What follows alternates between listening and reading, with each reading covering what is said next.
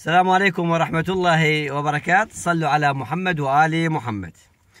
هذا الطير البلبل أول يوم الولادة رجله، هذا رجل مالته أعوج، الرجلين مالته أعوج، فحاولنا بكل الطرق أنه نعدله.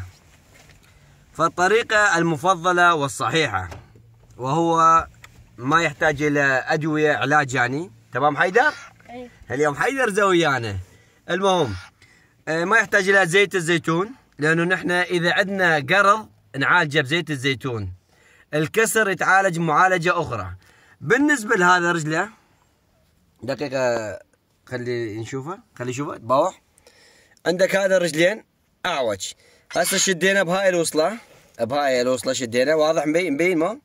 شوف هذا راح يقدر يوقف، ومع مرور الأيام، مع مرور الأيام ركز لي على الرجلين مالته، مع مرور الأيام راح يتعدل رجلينه ونفتح هاي الوصلة ويرجع كطبيعي حاله حال الطيور الباقية، يطير بشكل صحيح ورجلينه يتعدل بصورة صحيحة، وتقدر تعلمه انه يكون اليف، تشربه مي وتاكله بايدك.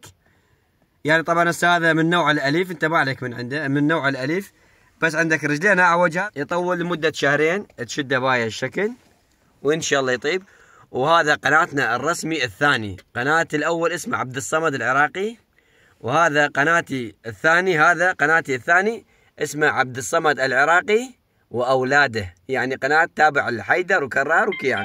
تمام حيدر؟ لا تزعل حيدر، لا جاي قناتك. المهم فحبينا ننشر لكم هذا الفيديو حتى تتعلمون تعالجون الطيور اللي رجلينا اعوج.